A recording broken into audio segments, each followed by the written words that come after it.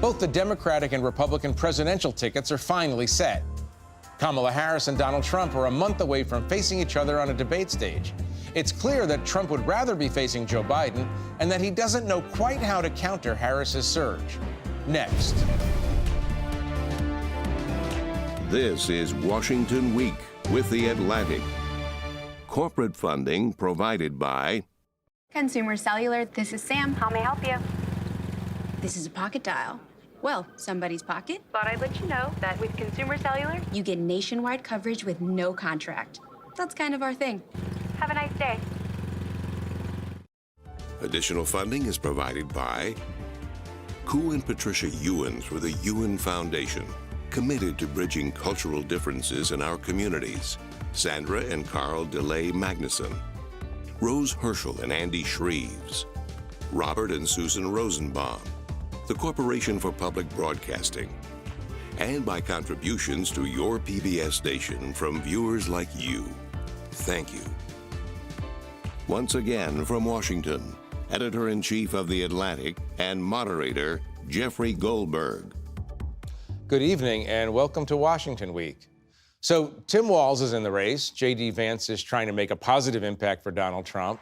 Kamala Harris seems to be having a good time, in part, perhaps, because she hasn't given an interview since becoming the Democratic nominee. As for Trump, in a press conference this week, he compared the size of his crowds to those of, yes, Martin Luther King Jr., and then said some other things that were even more disconnected from observable reality. I'll discuss observable reality tonight with Peter Baker, the chief White House correspondent for The New York Times. Susan Glasser is a staff writer at The New Yorker. Adam Harris is my colleague and a contributing writer at The Atlantic. And Michael Scherer is a national political reporter at The Washington Post. Okay, so this is observable reality edition. But before we get to observable reality Mar-a-Lago, I want to set the stage a little bit, where we are in the race and where we are in the polling. Adam, maybe you could give us a little scene setter, since you love crosstabs. You know, I know how you love breaking it down. So the polls are shifting in Harris's direction. What does it mean, and does it mean anything? I mean, so nationally, right, it's hard to really discern a lot of what will happen in November by national polls, but Kamala Harris is trending positively, right? She's running about 4 points ahead of Donald Trump in the Marquette poll, about 3 points ahead in the PBS poll, which is, right within the margin of error. But if you kind of dig into that a little bit more, right, you expand the pool outside of just Donald Trump and Kamala Harris. You add in Kennedy, you add in some of the other third-party candidates, and all of a sudden the picture becomes really promising for Democrats, right?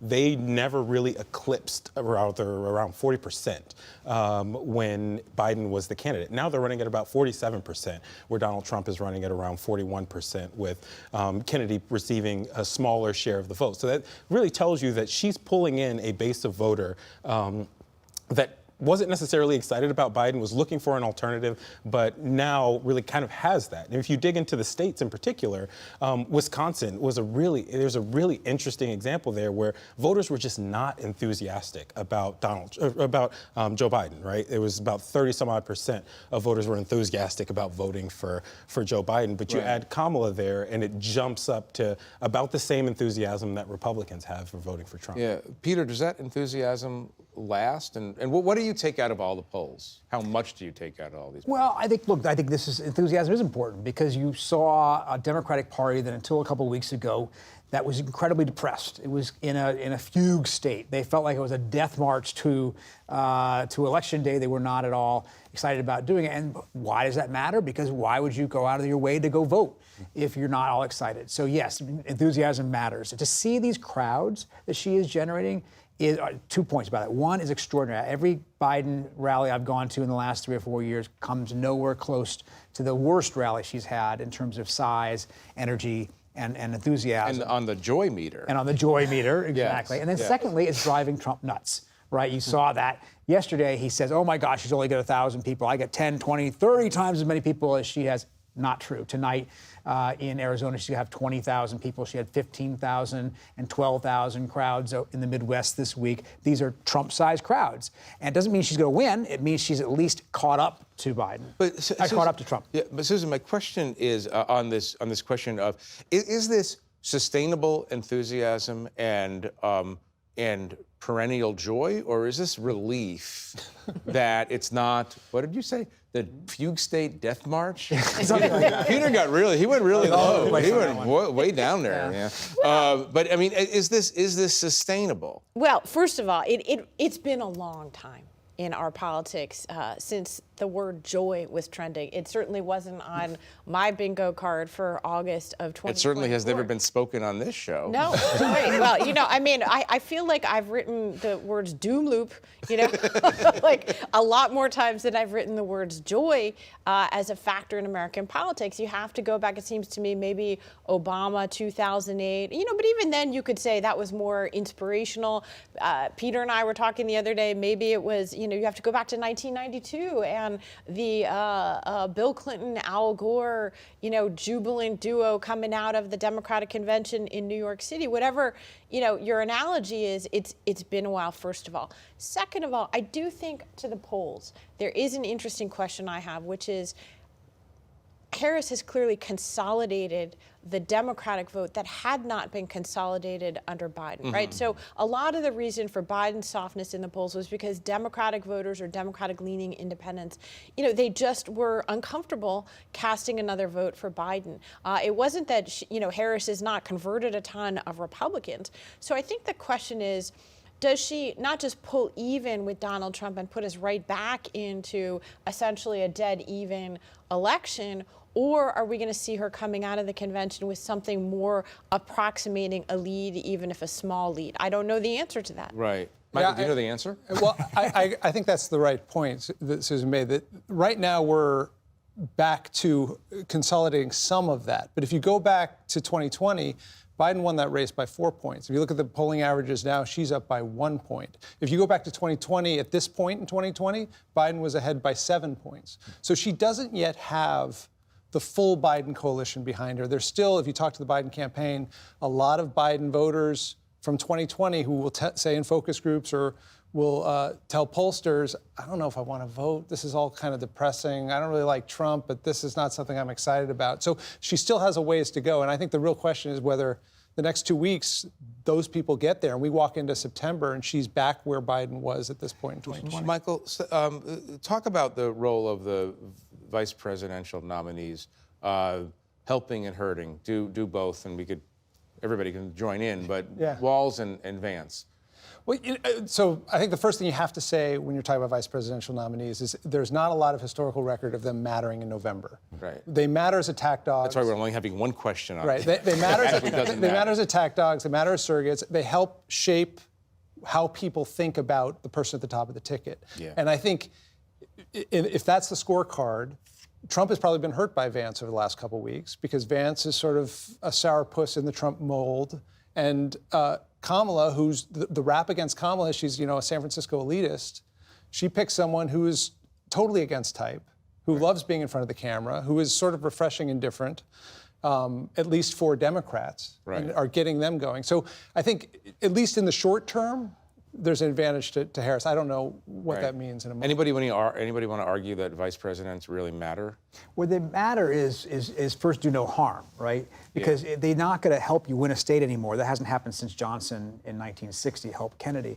They can make a difference, as Palin did, for instance, in 2008, in which you have to explain away problems or mistakes or what have you. And that's clearly where Vance was for Trump, because he's explaining the childless cat ladies stuff. Now, the question is whether the Walz, the attack on Walz's military service will try to do the same to him. At the moment, it doesn't seem to have the same traction, I don't think. Yeah, let's talk about that for a minute. Adam, you have a lot of experience with the Army and the idea of stolen valor. The accusation that he got out of the National Guard early doesn't seem to be sticking. He did kind of play a little bit fast and loose with the I carried a gun in war when that war was in Italy. Yeah. Do you think that this is a thing where, look, Chris LaCivita, Trump campaign manager, invented swift boating, more or less. John Kerry, who had a tremendous war record, was somehow it turned against him. It was sort of a presaged something horrible in politics, right? Do you think that this works, or are people kind of just moving on, saying Walz served 24 years or so in the National Guard, leave it alone? Yeah, where is it going? The average service time in the National Guard is somewhere between like 6 and 8 years, right? So serving 24 years, right, having that longevity, saying that he got out right before his unit was about to deploy doesn't necessarily carry the sort of heft that Republicans might want it to. The thing that might stick is that saying that I carried these weapons in war, right, when you were serving in Italy. But it doesn't seem to have yet gained that traction, even though the idea of stolen valor is this sort of chief no. No, that's radioactive. Yeah. I mean, look, even the Wall Street Journal today, I think cited the New York Post saying this was pretty thin gruel, and they're willing to entertain plenty of attacks on Walz. It strikes me that the thing you need to know about this is that the Republicans are running for the third time in a row a man who essentially dodged the Vietnam draft and said that he had bone spurs. When he was asked about where those bone spurs were, he couldn't remember what foot they were in, supposedly. So this is not, if Republicans can turn that, 24 years of service in the National Guard into some sort of a negative, I would be deeply But this is skeptical one of Trump's magic tricks, is he sort of has Teflon about all of these flaws, right? I mean, I seem to remember somebody reporting, though, that his view of military service is those people are suckers and losers. I remember that. I read that someplace. I read that somewhere. Yeah. Credible sources. Yeah, very credible sources, actually.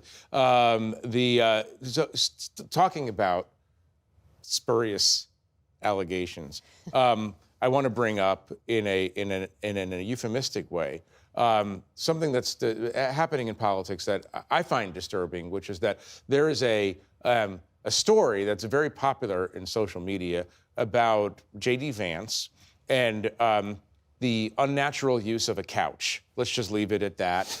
It's totally made up. And the thing that's interesting and a little bit disturbing, we're talking about swift boating and the making of totally false allegations. It seems that the Democrats really love this particular shtick. And if you at home who aren't aware of this, God bless you for being normal. You could Google it if you need to, if you don't know what we're talking about. But talk about that for a little. You've had some thoughts on this. I agree with you. I think it's actually sort of a terrifying development for our political discussion. I mean, it used to be that you could sort of try and slime somebody, but you slime somebody based on something that has some connection to reality. Right. This was an online meme, a joke based on absolutely nothing. Basically a slander. Right. That is kind of funny because it's so absurd, and it has opened the door to that genre of slander for humor's sake, just to be mean, taking place all over the place. Republicans were making up stories about Tim Walz this week and creating their own memes. We won't talk about what they are. Totally baseless, totally fraudulent. Yeah, gross. And if we continue down this path, we're headed to a place where anybody who enters the public square will be immediately slimed with some joke about what they did with a rabbit once or something like that. Right. And it's just like a bottomless pit. Right. I feel like we already went to the bottomless place. I mean, the entire brand of Donald Trump in politics is to say lies about people, and to, in particular, lies that demean them personally and whatever their personal characteristics are. And he gets thousands of people to cheer and laugh and applaud at that. And that has been a core part of his appeal to this country for the last 9 years. So if we're talking about a race to the bottom, sadly, I just feel like we're living in that world already. Well, but we should call by the way, I don't advocate this. I'm not saying that this is a good thing that Democrats are now getting in on the act, but sadly, we've been living in that. I'm not excusing anything Donald Trump's done. I mean, we do call that out. It's just once you say, well, they did it, so we can do it too. Oh, yeah. I mean, that's. And I should add, back to sort of the military conversation, right? Democrats clearly have a limit to what they will do, because they were asked about JD Vance's service as well. They said, well, we admire anybody who serves and was willing to risk their life. So there's some restraint somewhere. Yes. But most of the restraints are off. Susan, I want to go to something that you wrote just yesterday. You wrote a piece in the New Yorker about how Trump might very well be missing Biden at this point. Go into that a little bit. Well, I mean, you know, it's amazing. Obviously, it's been an incredible whirlwind. We are speaking today on day 19 only since Joe Biden dropped out, was pushed out, decided to exit the presidential race. And, you know, the world has sort of been reinvented since then. The one person who's still talking about Biden in American politics has been Donald Trump. He has repeatedly been posting on social media about him. During this press conference at Mar-a-Lago yesterday, he repeatedly, unasked for, kept going back to, he says that it's unfair that Joe Biden is not in the race anymore. He says that he's even repeated multiple times that it's somehow unconstitutional that Joe Biden is no longer the Democratic nominee. I suppose in the interest of fact-checking, he has not been able to cite a provision of the Constitution that might apply in this case. But, what it speaks to is that Trump has spent not just this campaign season, but, the 4-year campaign before that, running against Joe Biden, thinking about how to tear down Joe Biden, marinating in the idea that he had this race won because Biden was such a weakened incumbent. And he has really struggled, I think, to come up with a retooled campaign for an entirely different thing. And just the one thing that it seems to me most important about Biden's exit as it pertains to Trump is that it's just taken the issue of the future and given it back to Democrats, given it back to Harris. It's now Donald Trump who is the candidate who looks old, whose fitness for office is the issue. And I think that press conference in many ways really showcased those questions. Wasn't it Nikki Haley who said that the first party to dump its 80-year-old candidate will win? I think it's an interesting observation. I want to ask you about something else that Susan wrote. Trump seems to miss Biden. The Democrats don't seem to miss him at all. His name was not invoked at the opening rally in Philadelphia, Harris and Walz, and it was a little perturbing. I don't know if I guess you all picked up on that too. What's going on here with Biden and the party? Yeah, well, he's basically disappeared, right? He has, he's doing a few events here and there, and now he's off in Delaware for the long weekend. He is going to do his first joint appearance with Vice President Harris next Thursday. That's the first one since his departure from the race. It's more than 3 weeks after. And then he's going to have Monday night at the convention instead of Thursday night at the convention. Right. Thursday night's the night, of course, the nominee gets. Monday night's the night you get when you're the former president. And so it's a real step down for him. And then as soon as that speech is done on Monday night of that convention, he will disappear for the rest of the week on vacation. So he's kind of exiting the stage a little bit. Now you could say maybe he's a little, perturbed that they push him out of the race. Maybe he's a little unhappy about that, or he's leaving the stage to her so that she can build up herself as the candidate, maybe a little bit of both. Right. But there's no question about it that he has, in fact, sort of receded at this point while she has so quickly. Yeah, so quickly. So quickly. The Democrats are trying to make this a change election. And, Harris is an incumbent. She's running as part of an incumbent administration, but they very much want to present themselves as something fresh and something new to the country. And so Biden complicates that argument. Right. And will continue to complicate Right. Let's go to Mar-a-Lago. Not literally. Move the table there. That would be a great place to film. You just came back from Mar-a-Lago, from that press conference. It was kind of a greatest hits montage press conference. I want you to watch one moment from it, and we can talk about this and others. And I've spoken to the biggest crowds. Nobody's spoken to crowds bigger than me. If you look at Martin Luther King, when he did his speech, his great speech, and you look at ours, same real estate, same everything, same number of people. If not, we had more. One thing I noticed from that is that he took a break to call the I Have a Dream speech a great speech, which maybe that means that he still thinks that black men are in play. I don't know, but that was even for Donald Trump kind of the compare yourself to Martin Luther King Jr. I thought that was give us the general sense. You were right there in the room. He seemed simultaneously filled with like a kind of a bragging quality, but also a little bit lost. Couldn't hear the questions sometimes. What was the mood there? Well, you know, it was actually when he got the question about the crowd size that the tone of that press conference changed. He came out just bashing Harris, bashing Biden, bashing Democrats, hitting them on issues, which is what his campaign wants them to be doing, hitting Walz. And then as soon as he got the crowd size question, it was like a whole new, it was going straight to the heart of what his identity is. And it started to sort of go off the rails there. I thought it was we came down to Florida, a bunch of reporters, for a background briefing that morning by senior campaign staff. And when Trump found out that we were going to be down there, and this was a very classic thing that campaigns do, here's how we're targeting voters, here's what our polling says, I mean, just sort of the basics of a campaign, he said, let's get buses, let's bring them to Mar-a-Lago, I want to talk to them. And what was striking about that day was how different the substance of the morning presentation was, in which the campaign is doing very traditional campaign things. They have a message against Harris. They're going to prosecute the message. They have door knocking. They have ads. You know, they know that they have something they're trying to do. And then they have a candidate who they don't control. And there's just a disconnect there. You know, most campaigns exist to discipline their candidates, and the Trump campaign is built differently. The campaign exists, and they have their candidate, and then the campaign reacts to their candidate, and sometimes tries to manage them. Right. I want to talk.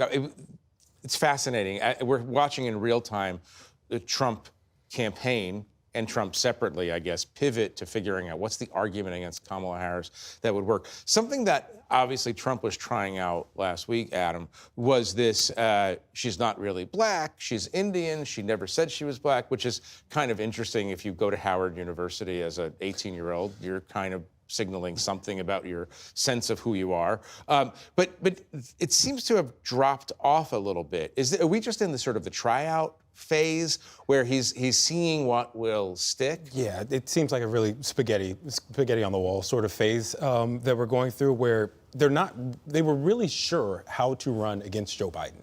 The entire campaign strategy was built around the idea that we're going to win because we're running against Joe Biden. We're old, but he's older, right? All of these things, he doesn't get people excited. Our base is sort of built in. They don't necessarily have that for Kamala Harris.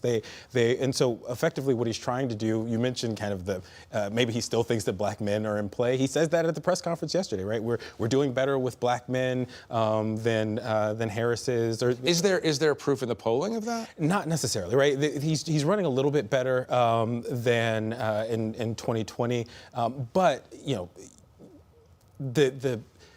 the issue here is going to be whether or not he is actually going to turn those voters out, or if those voters are actually going to stay home. There is a sort of streak in this sort of black masculinity that would lean towards Trump, but black women are notably, you know, very much in the block for Kamala Harris. It's sort of, we've seen the excitement shift in the polling where some of those voters who were willing to go with Trump when it was Biden are shifting back to Kamala. But I think there's a little bit about thinking of the economy, right? Most voters are saying that the economy is the thing that we're going to go to the polls about, right? Somewhere around 36% will say the economy over any other issue. And, you know, Vice President Harris staying away from President Biden at the moment is probably a good thing for her to sort of keep a little bit of distance as the campaign is trying. But very quickly, I'm hearing that you're not necessarily thinking that the play that Trump might be running, what race is she? She's this, she's that. It doesn't seem to have a salience that, let's say, birtherism had a long time ago. No, yeah, it seemed like an offhanded remark, right? As he was kind of going through that conversation at the National Association of Black Journalists, he was really just sort of throwing out anything that he could that might stick. Well, you know, by the way, that's a huge, you bring up a huge issue, Susan. You're a day-to-day, hour-to-hour tracker of the many moods of Donald Trump and the statements of Donald Trump. you know, we sometimes think that there's a plan behind things, but you know, you use the term offhand. How much, when you're watching Trump and tracking him week to week, how much do you think is just stuff that comes out spontaneously, and how much do you think that he's thinking, I'm going to create confusion about the nature of her racial identity? Okay, so I think that Michael's point is a very important point, which is that there's, just as there was during the Trump administration, there's the Trump administration's policy, and then there's what President Trump was doing, and they were often at odds with each other. That clearly is the case in the campaign. But to the point about Trump, he's obviously not some kind of 3D chess player, okay? He is, he's very undisciplined, and so it's often revealing what he says. However, my view is that he does have certain, things in the playbook, and a 78-year-old man, he's not going to reinvent himself. He's not getting a new playbook. This kind of racism and race baiting and bringing this up is ingrained in him. It is one of his plays. And I think that his play here is not to get more of the black male vote. It's signaling very clearly to his white supporters, hey, remember, I'm running against a woman of color. And it seems to me that, we're overthinking this, and we do this all the time with Trump. We don't need to overthink it. Yes, he wants to bring up race in the campaign because he thinks it's a liability for her. Well, we'll find out next week what game he is playing if it's not 3D chess. But unfortunately, we need to leave it there for now. I want to thank our panelists for sharing their reporting and their observations. And to our viewers at home, thank you for joining us. For more on Donald Trump's press conference, please visit theatlantic.com. I'm Jeffrey Goldberg. Good night from Washington. Corporate funding for Washington Week with The Atlantic is provided by Consumer Cellular. Additional funding is provided by Ku and Patricia Ewan through the Ewan Foundation, committed to bridging cultural differences in our communities. Sandra and Carl DeLay Magnuson, Rose Herschel and Andy Shreves, Robert and Susan Rosenbaum, the Corporation for Public Broadcasting, and by contributions to your PBS station from viewers like you. Thank you.